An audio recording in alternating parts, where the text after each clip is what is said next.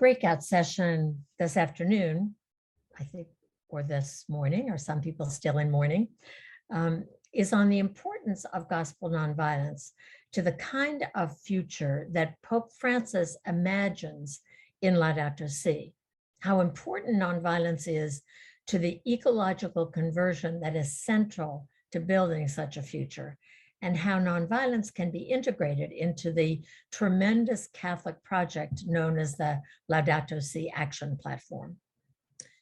Laudato Si has helped us all to see that the cry of the earth and the suffering of the creatures living on this planet are intrinsically interconnected with human violence, including the cultural violence of indifference and domination, the direct violence of war and militarization, the economic violence of destructive, unaccountable, extractive projects, or unsustainable consumption-driven lifestyles, and on and on. Humans, you know this well, instead of caring for the earth that nurtures us, have damaged its ability to sustain life.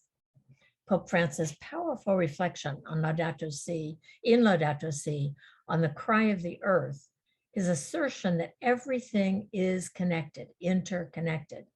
His description of, quote, one complex crisis, which is both social and environmental, and his invitation to ecological conversion have nourished and deepened the understanding of gospel nonviolence that has shaped the work of Pax Christi International and our Catholic Nonviolence Initiative. In the encyclical Laudato Si, Pope Francis highlights the need for new convictions and new attitudes. Many things have to change course, he says, but it is we humans above all who need to change. We lack an awareness of our common origin, of our mutual belonging, of a future to be shared with everyone. As we've said in the introduction and will say over and over again, nonviolence is much more than a political strategy. It's a spirituality through which we come to see and interpret life. It's a set of virtues and principles for both personal and social transformation. Nonviolence is personal, interpersonal, social structural, and ecological. And for many reasons, it is essential to the future envisioned in Laudato Si. I want to just give 3 examples, and then we'll move on to hear from our 3 panelists.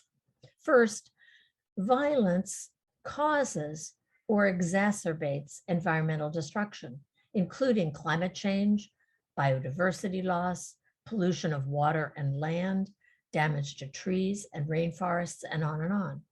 Nonviolence is a global ethic and an essential characteristic of action that is urgently needed to interrupt and reverse human domination and exploitation of the natural world.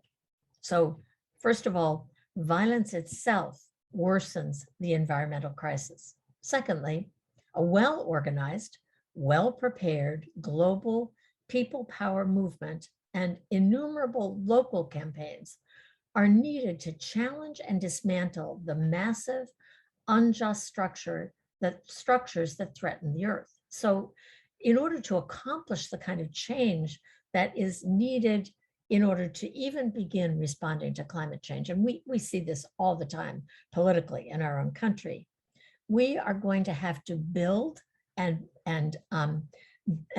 strengthen an effective people power movement that demands, that insists on change.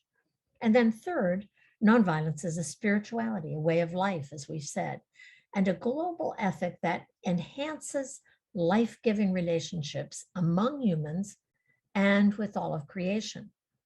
Conversion to nonviolence is at the core of ecological conversion, we believe.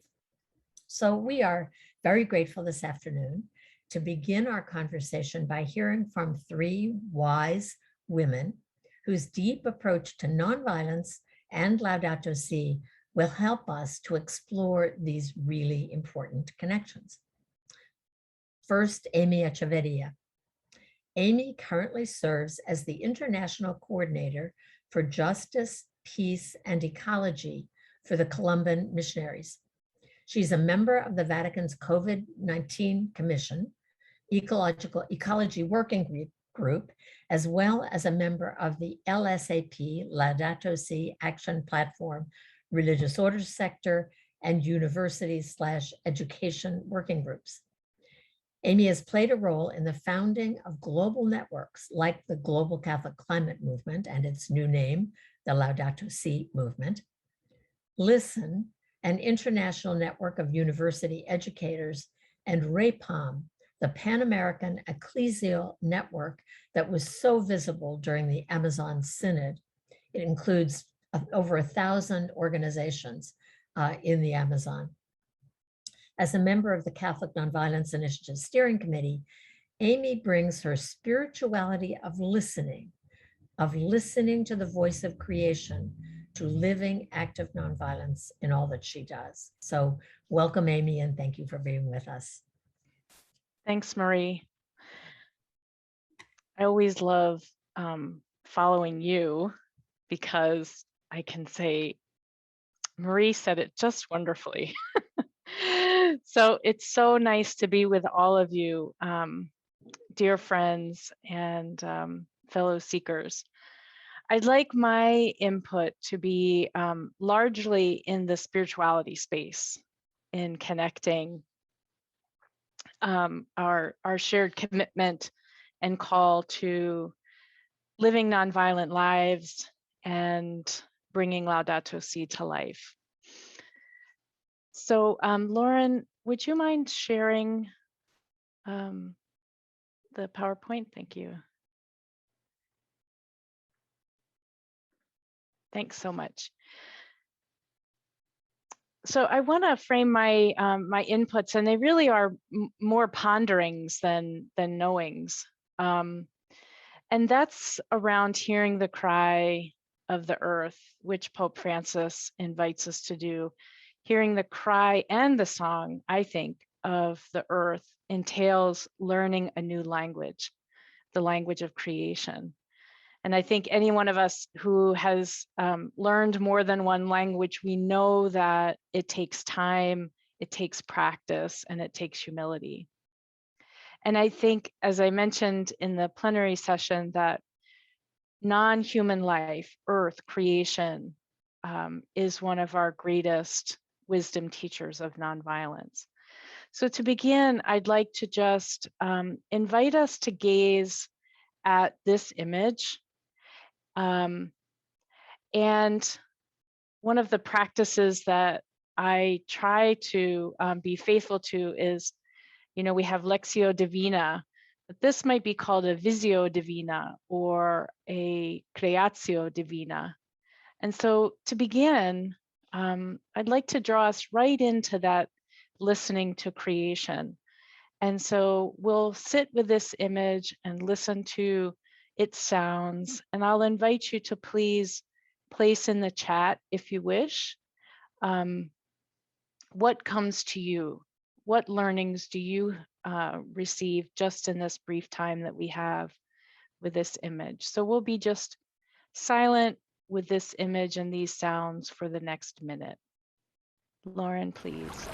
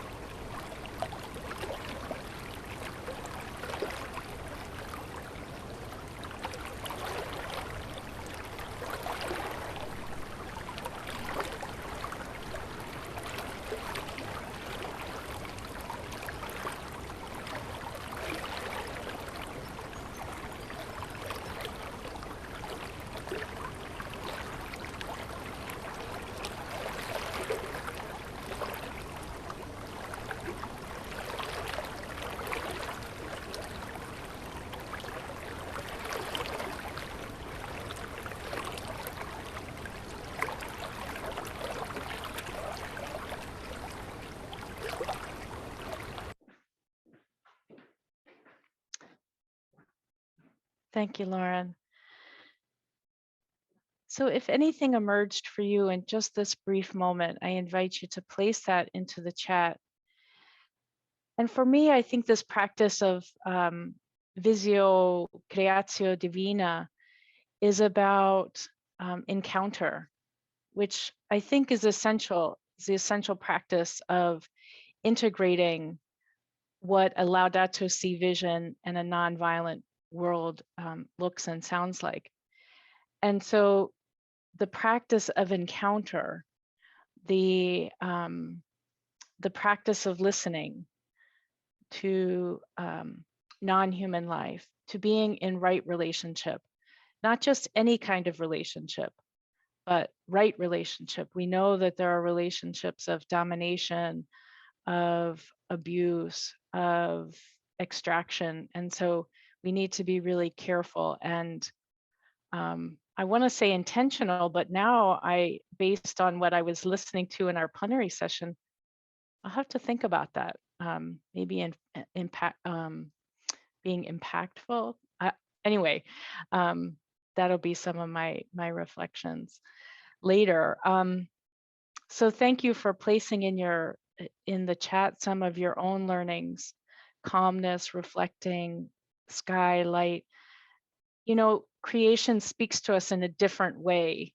It's a non-human language, so we need to learn. We need to learn and take time. So more specifically, I just want to bring in 2 points that I think creation can teach us non-human life. And that's in relation to cycles and seasons. And secondly, what a nonviolent living is in relation to limits, relationships, and sufficiency. And so maybe if we can go to the next slide, please. Thanks, Lauren. So in this slide, you can see the 4 seasons. And I think it's important an important learning for us from creation itself is that creation has its own timeline. It has its own, excuse me.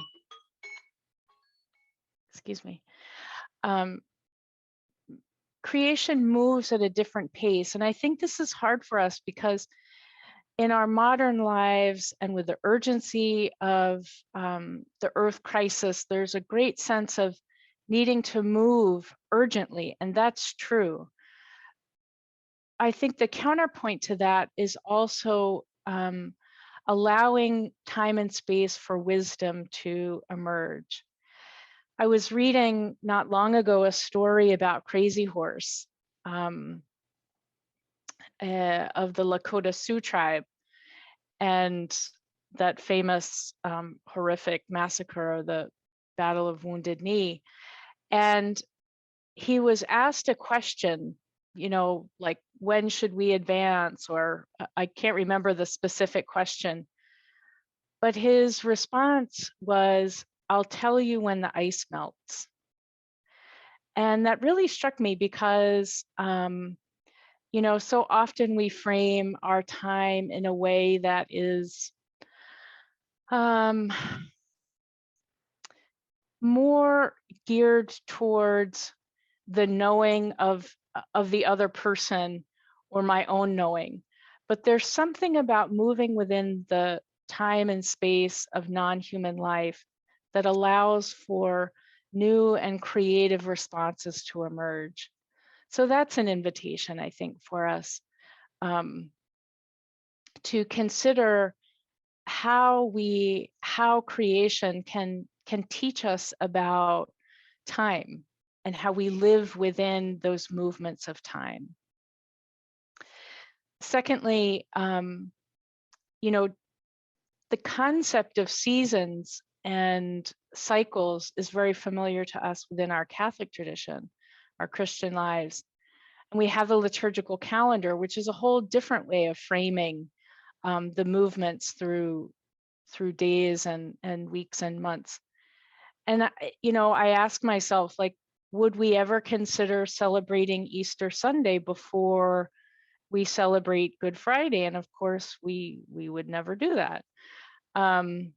And so I think there's something about creation reminding us that there is an order and a way that we can connect and integrate into our faith tradition and our liturgical calendar.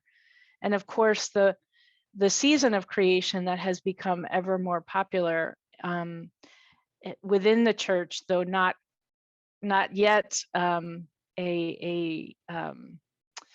formally integrated, there is this recognition of, again, I use the word intentionality, of having particular times of the year in which we explore in a very deep and faithful way our relationship as humans with the non-human world. And so I think here again, creation, non-human life teaches us about respecting order and respecting pathways and cycles and seasons.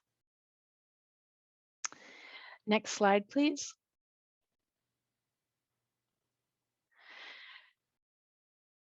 Here, I'd like to just share some thoughts about how we understand what, again, that being in relationship, and what creation, non-human life can teach us about respecting limits and boundaries and mutual care. The picture on the left is the natural relationship of predator and prey. It's a balanced cycle of life that is mutual. I often say that nature is never violent, and sometimes people kind of push back on that and say it very much is violent. There's a lot of violence that exists in the natural world. And I suppose the way I see it is that there is a degree of natural violence, that is nature living within its own balanced relationships, that does entail sacrifice of life and living and dying. That's natural.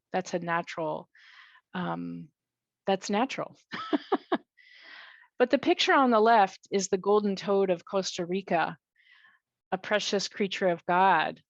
And this toad has been extinct since 2020. It was declared extinct. And it was declared extinct due to human-induced climate change, habitat loss, and pollution. And that's the kind of violence that we're talking about, that that despite there's a difference between that human-induced violence, which is what we're talking about and trying to transform or have our continued conversion experience from, towards nonviolence. And so there's something here that I'm just trying to communicate around nature. Even though it may appear violent, it is actually just natural life cycles and relationships. And a final note here to say that, as has been said before, and we know and are learning more and more, that everything is connected. And so when anything is harmed, we're all harmed. And whenever there's some kind of healing, all of life is healed in some small way. And if I could just, Lauren, the last slide, please.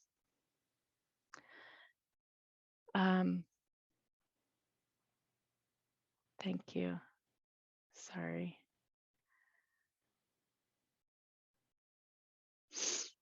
So in terms of cycles and seasons, you may know that we are entering into a Laudato Si decade.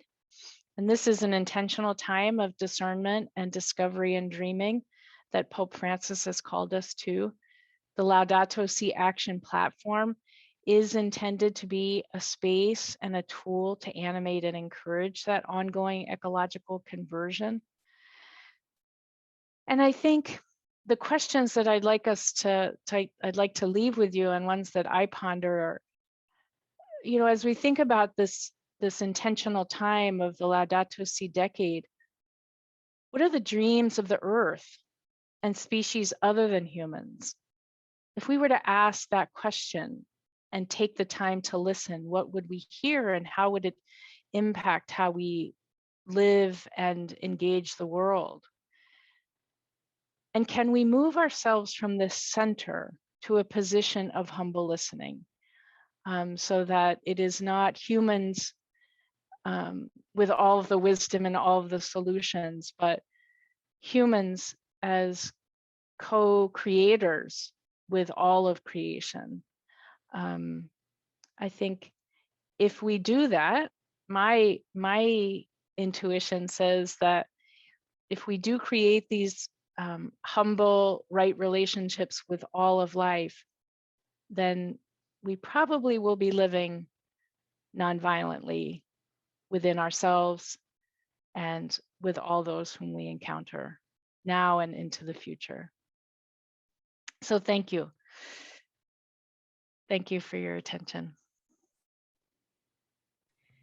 Thank you so much, Amy. That was really beautiful. You have challenged us, I think, to listen very deeply to the voice of the earth in a new way, to listen, to try to understand the language of the earth. I loved that last question. What are the dreams of the earth and of non-human species? And can we move ourselves from the center to a position of respectful listening? How important. Thank you so much. Beautiful. Our second panelist is, that I'm happy to introduce, is Cristina Leaño.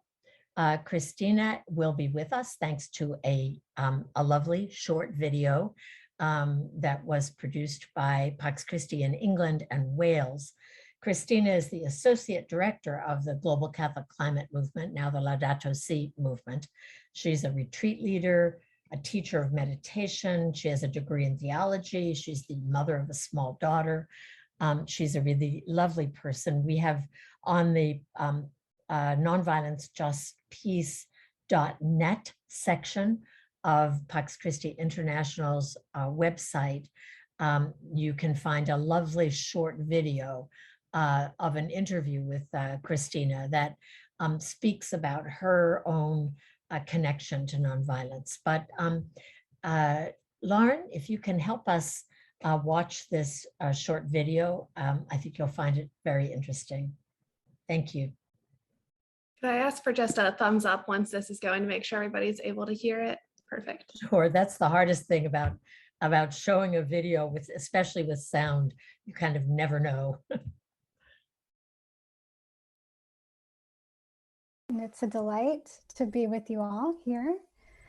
So it was interesting to listen to what Marie Dennis shared, and I resonate so much with that because in my early 20s, I was engaged with a movement in the Philippines called the People's Task Force for Bases Cleanup, which was addressing the military toxics left behind by the former US military in their bases in Clark and Subic. They were the largest military bases the US had outside of the United States until their closing in the early 90s.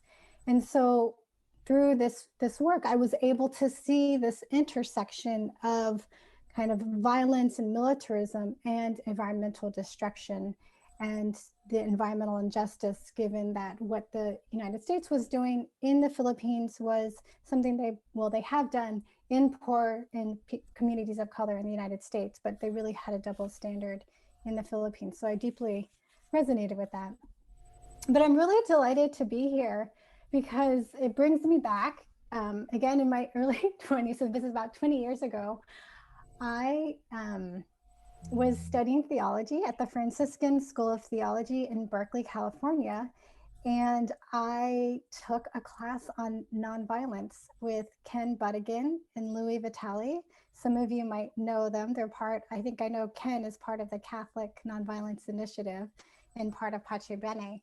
And it was a life changer for me because I had been an activist already for a number of years, but was having a difficult time bridging my activism with my faith. kind of what I was doing out in the public sphere with my spirituality.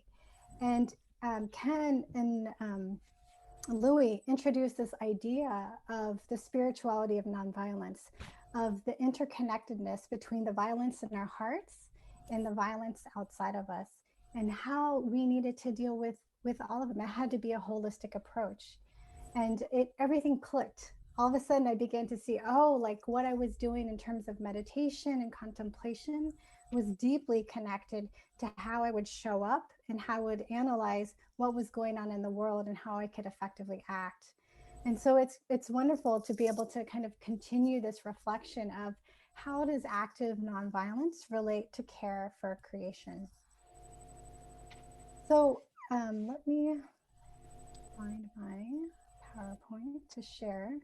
That there's already a lot of rich reflection on this, including from Gandhi himself, who talked about nonviolence means avoiding injury to anything on earth in thought, word, or deed. So when he says anything, that means people, that means planet, that means ourselves. And so this understanding of nonviolence, which often, at least when I was growing up, I thought about nonviolence had to do with war or militarism, which it does. But actually, Gandhi is talking about this act like nonviolence has to do with how do we relate with everything, everyone, every being around us. And that's the whole spirituality of nonviolence invites us to inquire, what is our relationship? How are we going to be in right relationship with all of creation, with all beings? And I love that word, right relationship. It reminds me of the word of shalom, you know, the word for peace, shalom meaning right relationship. So how can we be in right relationship? And Pope Francis as well in Laudato Si makes this connection between the violence internally with the violence externally. And he makes this connection pretty early on in his encyclical. This is in the second paragraph where he talks about the violence present in our hearts, wounded by sin, is also reflected in the symptoms of sickness evident in the soil, in the water, in the air, and in the forms of life. And so one of the major gifts of Laudato Si to the environmental community and to the world is to demonstrate, to show that the environmental crisis is not just a crisis that can be dealt with scientifically, with technology, with money, but it's actually a crisis of the heart. There's a moral crisis at stake. And until we address the spiritual crisis, this crisis which keeps us separate from ourselves, that when we're separate from others, we're not actually going to solve the environmental crisis because they're connected.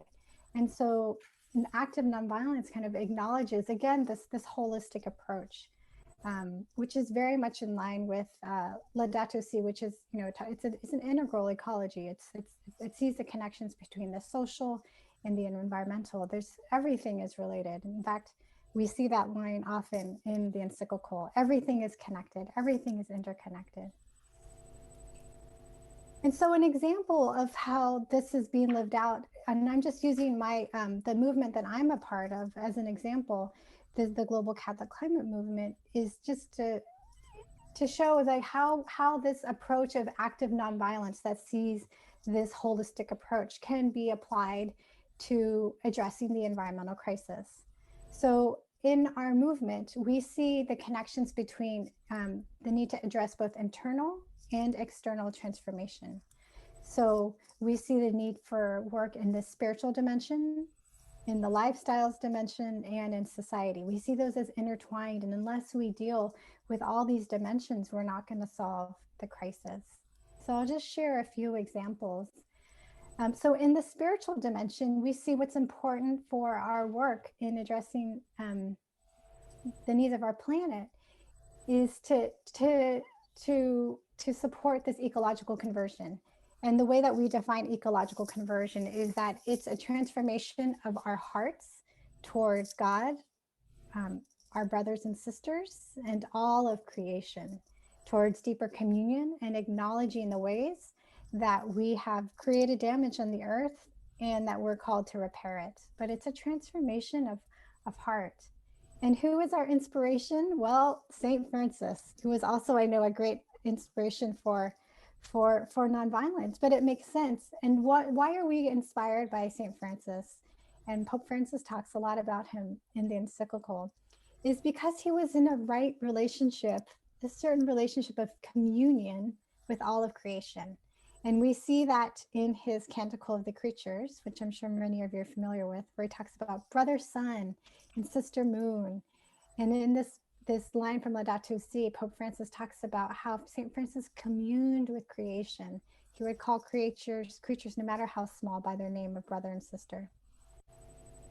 One of my favorite lines from the encyclical is, it goes something like, we have forgotten who we are. We are dust of the earth. We are made of the elements, same elements as our planet. We are not separate. And so part of this ecological conversion is actually recognizing that we are creation. Actually, creation is not outside of us. And so if we really internalize this understanding that we are not separate from creation, that we didn't have almost like a violent relationship to creation is something that's other, but that's something that's actually part of us, how might we then treat the earth if we saw ourselves as creation? So this call for ecological conversion, the spiritual conversion, is part of what's needed. What's also needed as part of the spiritual conversion is to hear the cry of creation, is to not to allow the cries of the earth to become our own, to not see them as separate from ourselves, but to see them as part of our own personal suffering. So that's also part of this and the call on nonviolence. Again, I feel like when I was studying violence, separation, that we're not a part of other people's concerns or worries, but really when we're in right relationship, we realize that another person's struggles are our own. So then another aspect of this ecological conversion, this holistic approach that active nonviolence calls for, is around how we live. How do we witness in our lives? What's our lifestyles like? So how do we deal with patterns of production and consumption? These are the daily acts. And so there needs to be attention there as well, in terms of how are we going to be in right relationship with what we buy, with what we eat. And so there's in terms of lifestyle, Pope Francis talks about how there's a nobility to care for creation through little daily actions. Often when I used to think of nonviolence, I would think about the people power movement, people out in the streets in the Philippines, standing against the tanks and the military, and that's part of it. But there's also these small acts of nonviolence that can take place in our daily lives. And also, I put this picture because of like the solar panels, in terms of like what are ways that we can again be in right relationship with our energy, and where does our energy come from? And so, are we violently taking energy from the oil fields and creating these big ecological footprints? So how can we be in right relationship? And then this third dimension of ecological conversion, which I also see as part of active nonviolence, is that of advocacy, of raising our voice in the public sphere. And this is a protest in the Philippines. And so one way that a lot of Catholic institutions have been doing that is through divestment, divesting their finances from fossil fuel by agreeing not to engage with dirty energy, of not wanting to be part of what is often a violent institution, and instead divesting from fossil fuels. So just as another example of active nonviolence. And I wanted to mention too that, as part of this work between like active nonviolence and caring for the earth, like as Marie Dennis shared, like there's a real cost. There's environmental defenders around the globe are continuing to die. And I don't know if you saw, but on the Guardian, I just got an alert that Berta Cáceres, who many of you might know, was an environmentalist in Honduras who was assassinated. So they just, the ex-head of the dam company that she was fighting against was found guilty of her murder. You know, so it's thank goodness they're going to hold him to account, but it also just shows the real, you know, the dangers that so many defenders in Latin America, in India, in the Philippines are facing as part of this work of protecting our environment. So I know I just have a couple more minutes. So the last thing that I just wanted to share that I think has been really important in our work at the Global Catholic Climate Movement is really bringing back attention to what's going on in our hearts and seeing how that then can impact our work in protecting the planet, and just bringing awareness to the cry of the earth and the cry of the poor. And this is a quote that really touches me from Laudato Si, about how the external deserts in the world are growing because the internal deserts have become so vast. In many ways, so many of us are grasping outside of ourselves towards consumerism or other practices that are harmful to others and the planet to fill our hearts, when instead we need to be filling them with wholesome things like our relationships with God, service. And so because we're so busy too, that's another violence that we often create, is that we're multitasking, this process called rapidification that's in the encyclical, that we're operating at a speed that's not human. And in many ways, that is a form of violence. Because of that, we are unable to actually listen to nature. We're unable to listen to creation. And so Pope Francis asks us, like, if nature is filled with words of love, how can we listen to them amid constant noise and interminable and nerve-wracking distractions? So this is an important piece, at least in the Global Catholic Climate Movement.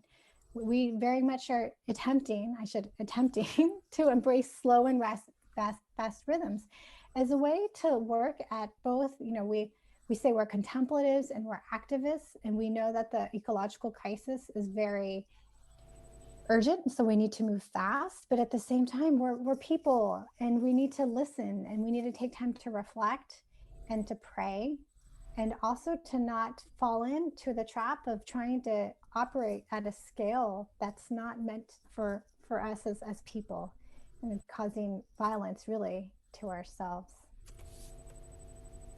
And in that way, when we can slow down, we can finally listen to this precious book of creation that's present in the universe. And in listening, we can then discern what is creation's call, what is creation's cry, and then what is it that is ours to do in this work. So I'm just going to close.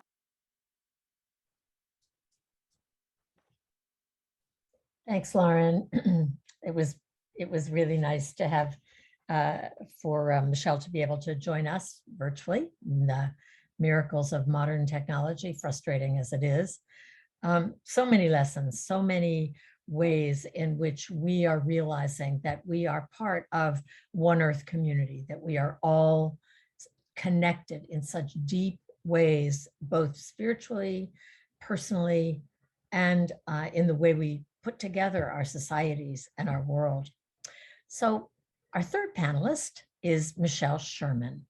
Michelle is the outgoing campus minister for retreats at Villanova University outside of Philadelphia. During the past 5 years in this role, Michelle has developed initiatives on the spirituality of nonviolence for faculty, staff, and students, and has organized retreat programming around care for creation and environmental stewardship. In the next month, Michelle will be moving to Dayton, Ohio, and she will begin working part-time for Pax Christi USA, which is great to hear. So thank you for being with us, Michelle. The floor, or should I say the screen, is yours. Thank you, Marie. It's wonderful to be here, and it's really an honor to follow you, Marie, Amy, and Christina. At the beginning, you said, "Oh, we're three wise women," and I love that.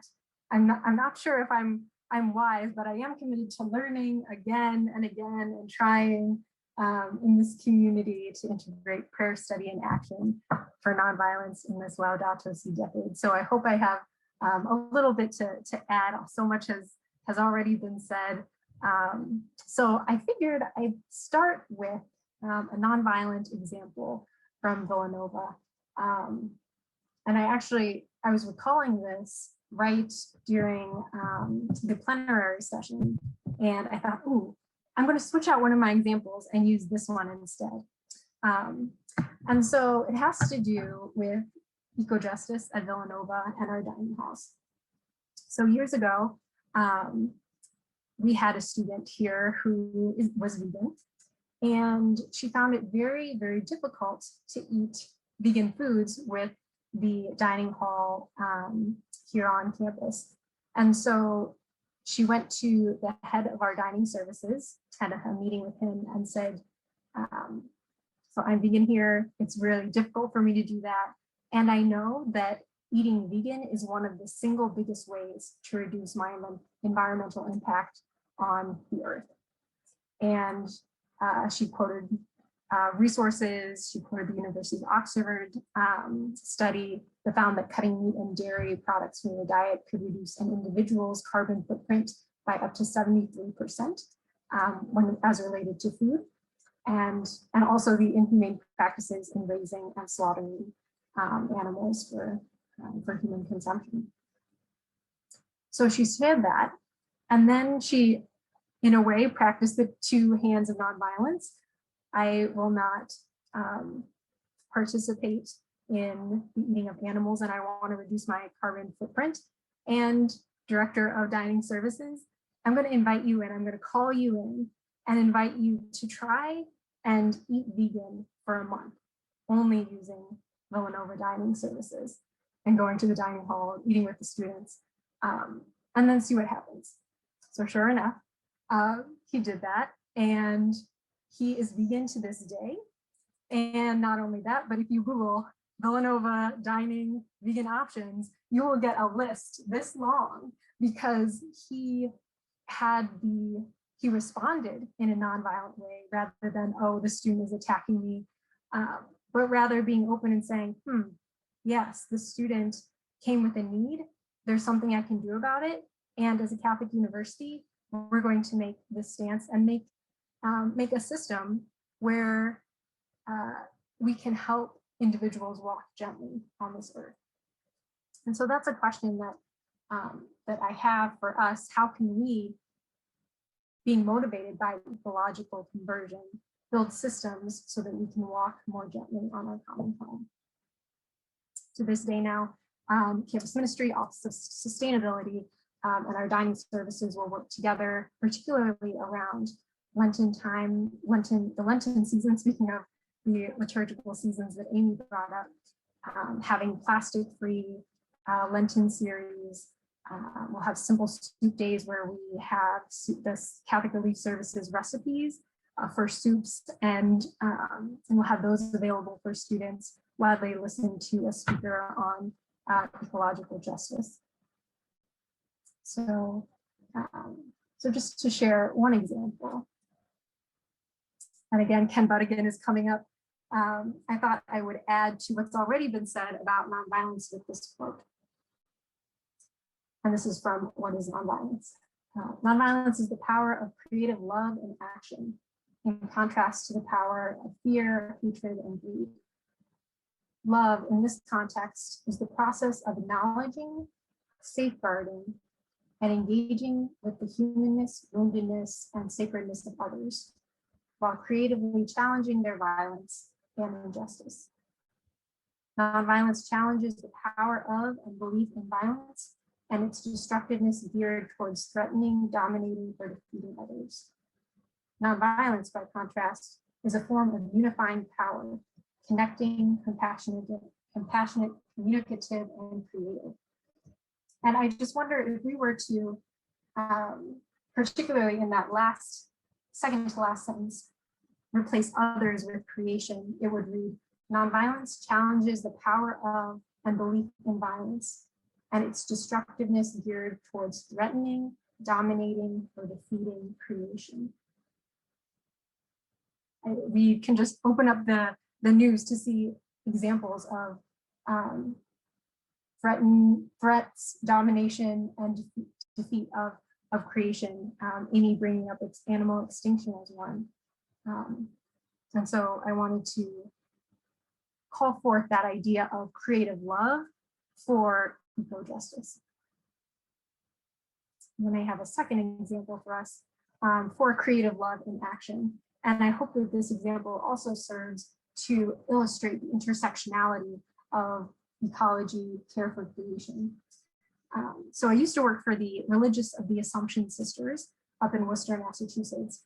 And it was the first time that I had really truly entered into a space of a religious community that saw eco-justice as part of their charism and did so in a community-based way.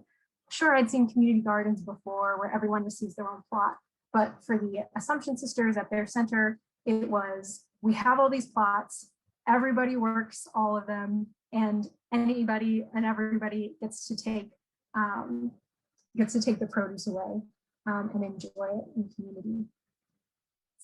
And Worcester being a gateway city for new immigrants, it was also a space in which this garden, this gathering space welcomed individuals that did not share a common language, that did not share a common citizenship status, racial identity, gender, religious, non-religious, lay, vowed religious.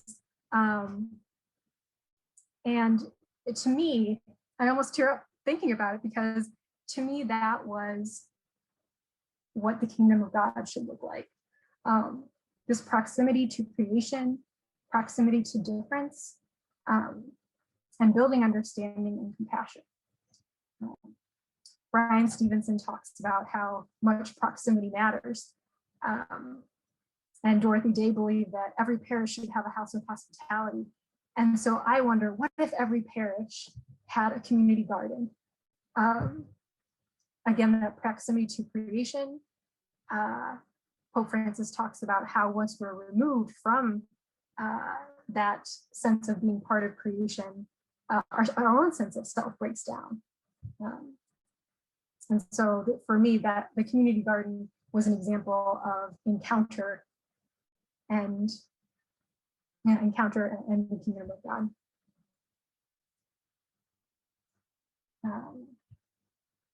So this one, I wanted to kind of draw out and affirm Amy's Visio Divina at the beginning. And as I was rereading a few things this morning, I came across paragraph 97, where Pope Francis talks about the gaze of Jesus. Jesus was able to invite others to be attentive to the beauty that there is in the world because he himself was in constant touch with nature, lending it an attention full of fondness and wonder. As he made his way throughout the land, he often stopped to contemplate the beauty sown by his Father and invited his disciples to perceive a divine message in things. Lift up your eyes and see the fields are already white for harvest. The kingdom of God is like the grain of mustard seed, which a man took and sowed in his field. It is the smallest of all seeds, but once it has grown, it is the greatest of plants. Jesus lived in full harmony with creation, and others were amazed. This plant right here is from my garden in our backyard. It's a zinnia plant, and whenever I look at it, I feel like I could just be drawn in just because of all the details there. And the only response I have is this idea of wonder. And I wonder, as wonder and awe are two of the examples of feelings and emotions that we have when we look at creation, how wonder inspires us to act. I recall Rabbi Heschel, who said, I asked for wonder and God gave me wonder. And that was the starting point. And how can that wonder help us direct our gazes as we decenter human consumption? I have a minute or two left. So just, I guess, one more example of that question. How can our gazes be redirected? this past year, well, I guess 2 years ago in campus ministry, I looked at all our retreat programs and said, okay, how can we bring a Laudato Si lens to this?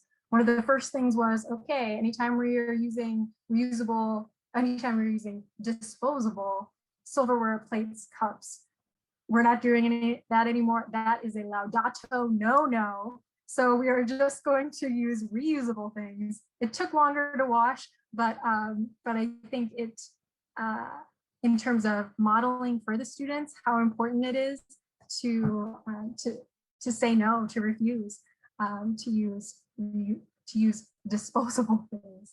That was important.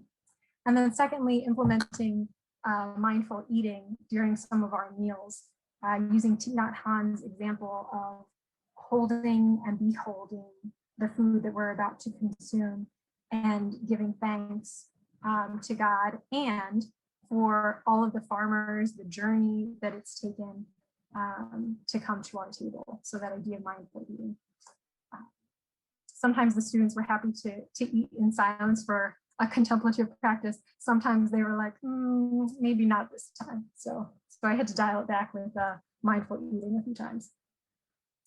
So I think what I'd like to do is save some of my other comments. I'm going to stop sharing, but I'll save some of my other comments for the question and answer part.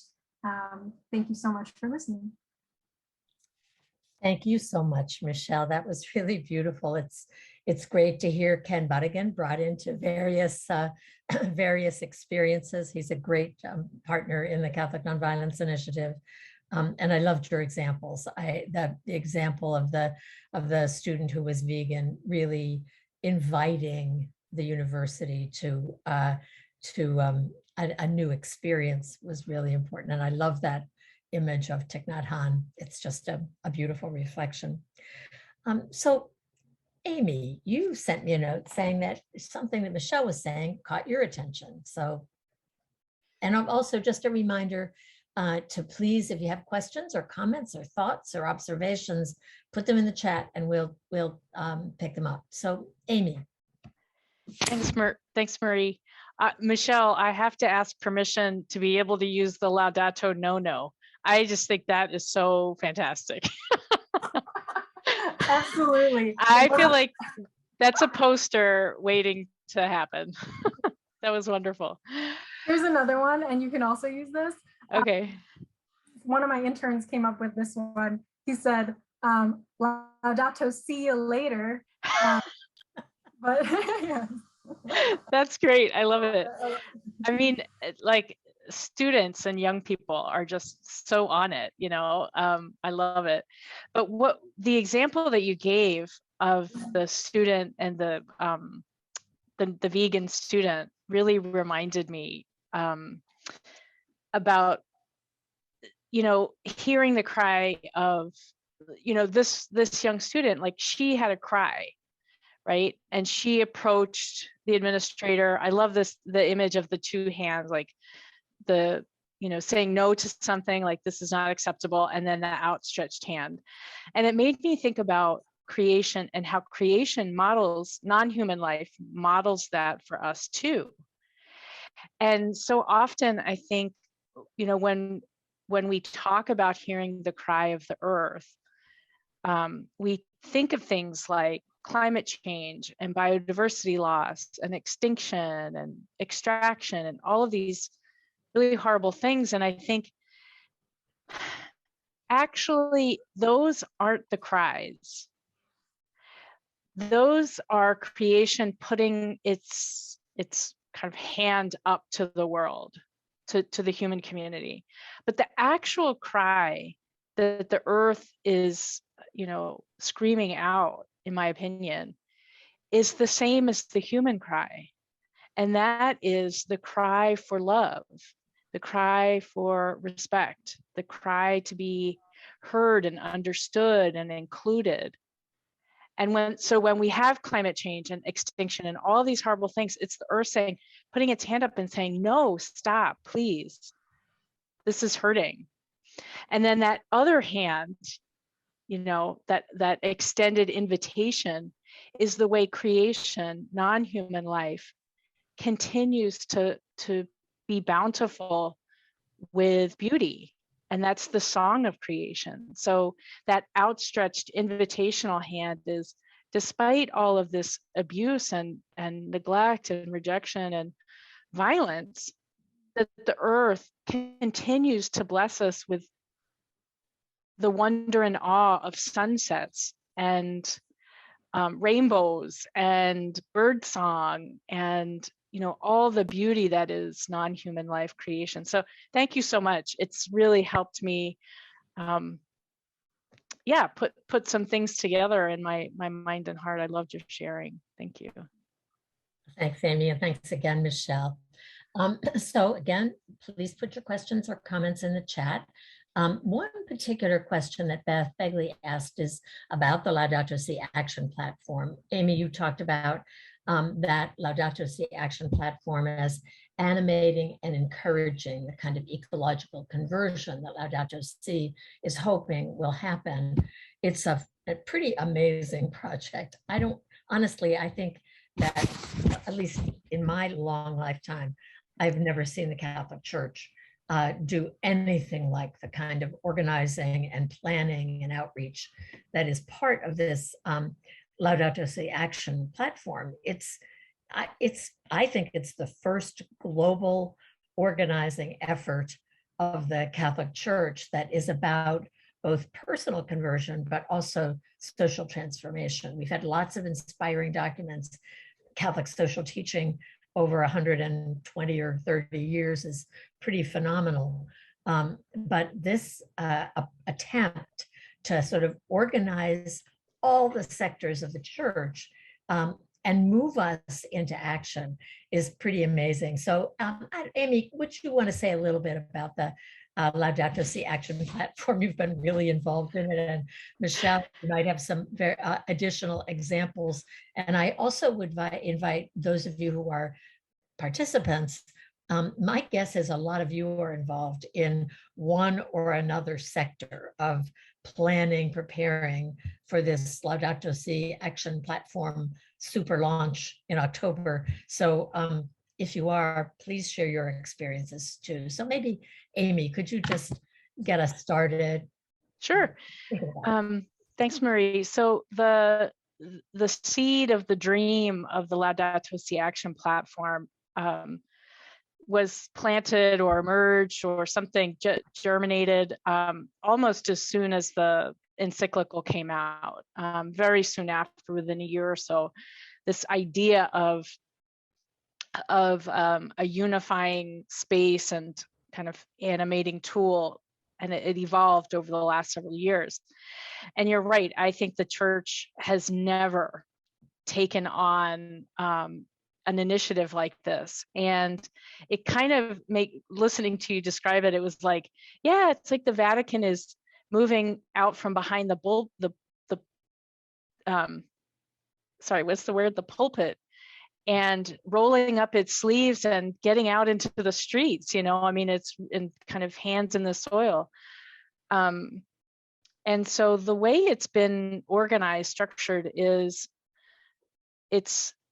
and everything's very significant. So it's 7 years, it's 7 sectors. So there's families, parishes, universities, healthcare, religious orders, organizations and movements. I know I'm missing probably families. So there's 7 sectors. There are also 7 goals. So areas of focus. So hearing the cry of the poor, hearing the cry of the earth, sustainable lifestyles, spirituality, education.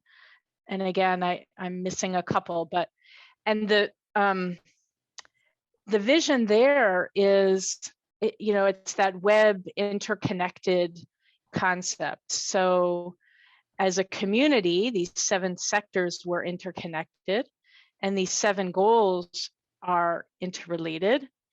And the significance of 7 years, all of this in biblical time. And there is a website It's Laudato Si platform.org. Thanks, Michelle, for putting it in the chat box. And the hope is that people, communities, institutions, schools will commit to a 7-year journey, a process of discovering what living Laudato Si looks like in their personal lives, in their communal lives. It's a space to connect people. It's a place to find resources. It's a place to share your experience. And the October 4th is kind of the official launch of the platform. So people now are being encouraged to go to the platform, review it, and then take that back to the appropriate, whatever your context is, a family, a parish, a religious order, and discern together if your community is ready to make a commitment, and then you make that public pledge on the platform. And that begins your journey. So it's not like you're making the pledge and that's it, you're done. The pledge is that for the next 7 years, you will integrate these 7 goals and probably others, or maybe some and not all, whatever is appropriate to your community, and bring that to life. And I think that how that connects with nonviolence, as I think all of us have been saying in different ways, is much of what is put forward in the Laudato Si Action platform. Nonviolence is the way to do it. It's kind of like the impulse or the I don't know if engine is the right word, but the way we live it. And I know, Marie, you've done tons of thinking and writing and dreaming about what that looks like more specifically. So I don't know if that's helpful for people, what I've shared. It's really, it's a big dream. And I think the thing about the dream is, I don't know, there's somebody famous talked about this, like it's all, if it doesn't follow up with action, and if we're not all involved, then it's just an idea. It doesn't go anywhere. So I think that's the key, is to have us all involved. Thanks, Amy. Yeah, it really is a pretty phenomenal effort. And there is on the nonviolencejustpeace.net, which is the the Catholic Nonviolence Initiative section of the Pax Christi International website. There are quite a few suggestions of how nonviolence intersects with both each of the Laudato Si goals, and also what might be some ways that the different sectors could apply nonviolence, both in many different ways, as they reflect on how they will live out or live toward Laudato Si Future. So there's lots, but there's a lot more thinking that needs to go into it. And as you just said, Amy, most especially the practical applications. What does it mean, for example, for Pax Christi communities locally, or Pax Christi USA, or Pax Christi International with our 120 member organizations? What would it mean for us to commit to a process of helping to shape our Laudato Si Future? Big questions. Michelle, would you like to maybe add a little bit from your approach to this Laudato Si Action platform? You've talked a little bit about the university, but from any perspective. Yes, I was just so excited to see this, because I think for some reason, so I'll try to be brief. I think even in a university setting, we tend to be very siloed, and parishes and Archdiocese of Philadelphia, they tend to be very siloed. And so I see that at a micro level, and I think we can see that at the macro level. how our church can be very siloed or very segregated still too. So so to see a global launch like this that is using technology in a really helpful way. Pope Francis talks about technology too, and how that can be used to dehumanize, but also how it can be used for good and for authentic community. And so I know that the American Catholic colleges and universities are going through their own process of divestment in fossil fuels. And so I was looking up this morning, all of the ones, it's one of these long acronyms, so I always have to look it up. The American College and University President's Climate Commitment, in partnership with the UN Sustainable Development Goals. And so for a church to also say, we would like to help support you in your own local realities and create a space for you to share with each other what's working, what's not working. I just think it's a model of church, and one that, going back to Christina's point about people power, one that is not, it's not bound to clergy. And so this just excites me so much. And I'll probably be sharing more in the future. In addition to working part-time for Pax Christi, I'll also be partnering with the University of Dayton, which I just learned was the first Catholic university to divest of fossil fuels. And they have a Mission of Mary community farm that the students all run and then sell the produce in farmers markets. They have a Marianist ecological education center, and they're really big into the prairie restoration in the Midwest. So I'm just, the things are happening, and I'm sure, like Marie said, there are others on this call that are involved in so many ways in your own local reality. So it's exciting. I can't wait for October 4th. Me also. I feel very much the same way. There will be, on, if I understand it correctly, the different sort of a planning group for each of the sectors. So organizations, universities, dioceses, health facilities, and so on, families. A planning group for each sector is thinking more deeply about what might be suggestions for both a process, because as Amy said, this is not just a box that you check off on a website. It's a commitment to engage in a process that may very well change our lives. In fact, that we hope will change our lives. And it's a commitment to make that practical, to actually take some steps in a direction that would be reflective of listening to the cry of the earth, listening to the cry of the poor, ecological economics, and so on. How do we play that out? And for each sector, there are many ideas and suggestions for specific actions.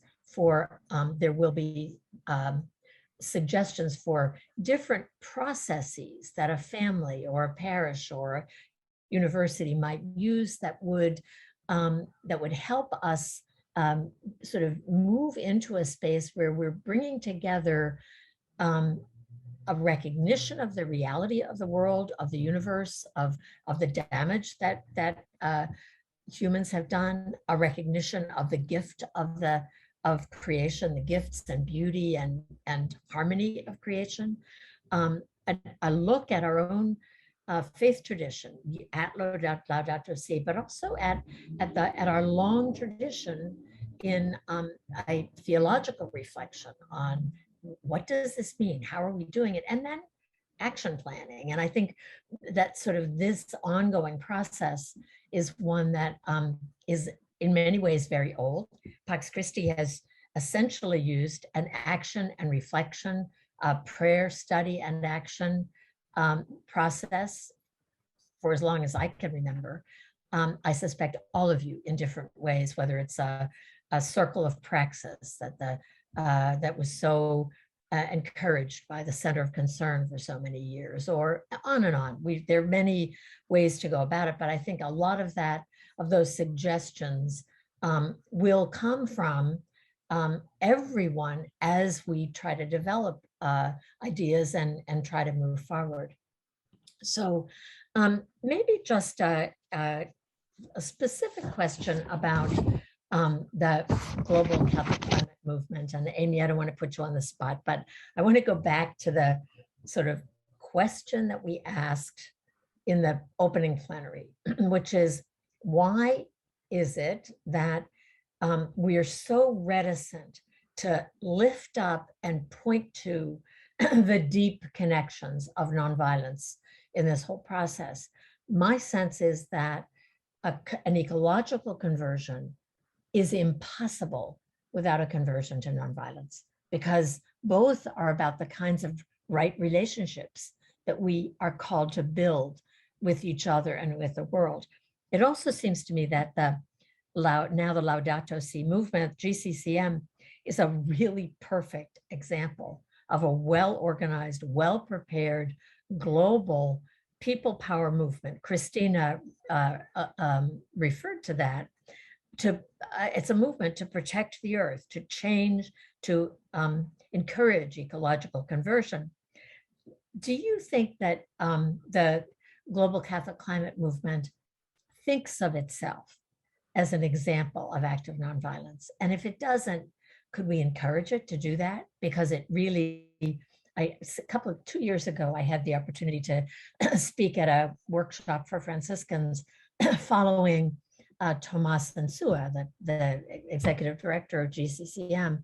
And I thought when he finished speaking that all I had to do was to say that's a perfect example of creative, active nonviolence. So I don't know, Amy, do you think that there is a chance that the Laudato Si movement would help us point to the connection between nonviolence and ecological conversion?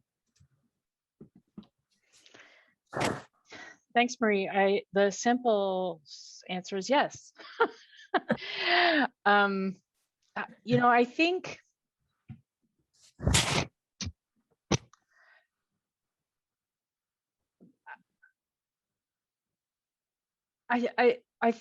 my experience with the now Laudato Si movement is that it's doing it and it doesn't even know it. And so the importance of naming it. And so I think the practices that that are essential to the Laudato Si movement of being in close right relationships with communities, like what Christina outlined, the three dimensions: the spirituality, the lifestyle, and the public sphere, right? So that, inner, outward, inner, individual, communal,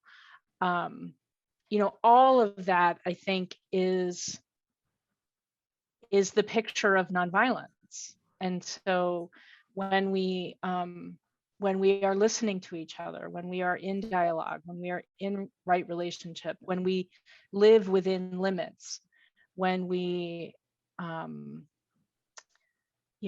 respectfully cross boundaries, I think these are all ways that at least the Laudato Si movement is trying to understand and live its mission. And so I think that that with the Laudato Si movement, we have a great partner in nonviolence, a great community and circle of friends and like-minded people. And I think a lot of it is a matter of having that the naming of it, of making those connections, of being explicit about what we're talking about, and your reflection in the keynote about Pope Francis and the question of, gosh, everything he's talking about is nonviolence. Like, just say it already, And I don't know. I mean, this is just my own, like, very personal sharing, not on behalf of any organization or network or anything. But I mean, I think for me, a lot of it is just, it's so big and powerful and life changing and transformative that it's almost like, the way I experience it is kind of that, like, Paul experience of, the burning bush on the side of the road. Like, it's this huge, powerful, bright light. And it's almost like you can't look it straight in the eye. It's so big and powerful. Yeah. And so, like, it's almost, in a way, I mean, and I'm not being overly dramatic, but it's almost like trying to define who or what is God. Mm-hmm. Yeah. And to have the audacity to name who or what is God. And yet we do so try in so many ways, as we should. And so there's something about that. I don't know. Yeah, just. Thanks, Amy. No, there is something that's huge, and thank you. There are some questions that I want to try to get to, because I think they're really important ones. All the questions are important, but one of them is, are materials available in different languages? And absolutely, yes, they are. The Pax Christi International and many other organizations, we always try to both translate any webinars or events that we do online.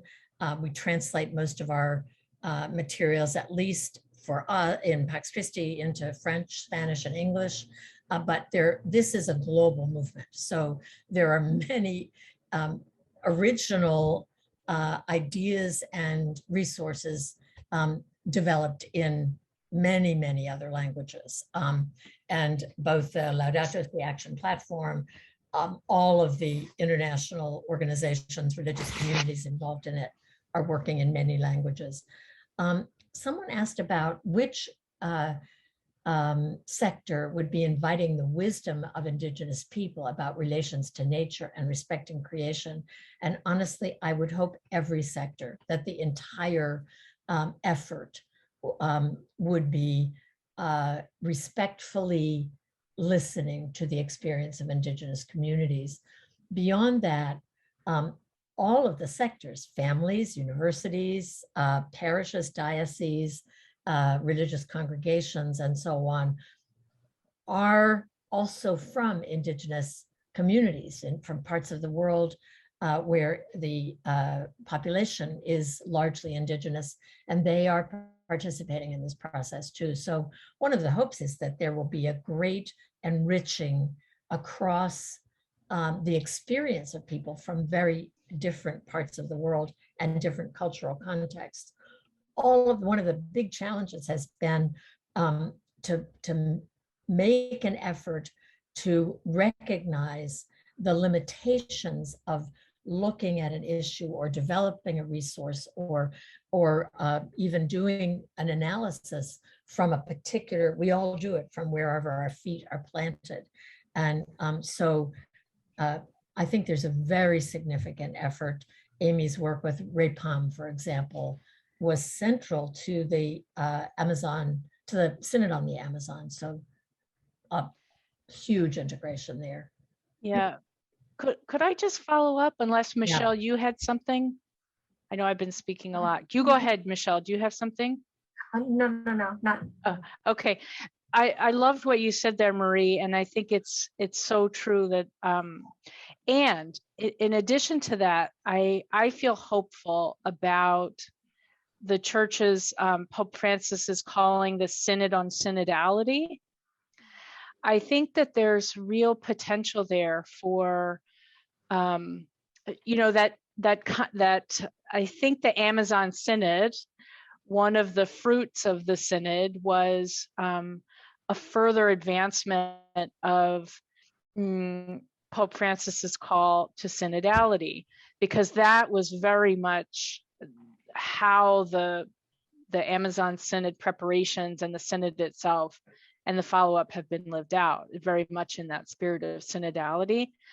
And so the fact that Pope Francis has called for a universal synod on synodality, which I think in large part means listening, a listening church. Pope Francis talks about being a listening church. And so I feel very hopeful that that integration, especially of Indigenous voices, especially of young people, especially of women throughout the world over this process. Yeah, so what is synodality? Like, I think the best way that I understood Pope Francis talk about it is dialogue and listening. So the church creating processes for the church to listen to people, communities, the earth itself. And for the Amazon Synod, it was an amazing process of thousands of dialogue sessions, literally thousands of dialogue sessions with Indigenous communities and scientists and, you know, civil society leaders and so forth. And so I think that really the experience of the Amazon Synod is being taken to the global church. Mm-hmm. And so, yeah, if you go to, maybe we can find that information, Marie, but there's a Synod website. Mm-hmm. If you go to if you like Google Amazon Synod, you can get to the official Amazon Synod website. The Vatican also has like the Secretariat of Synods. Mm-hmm. And that, I'm sure there'll be another website in and of itself for this next synod, but yeah, thanks. Yeah,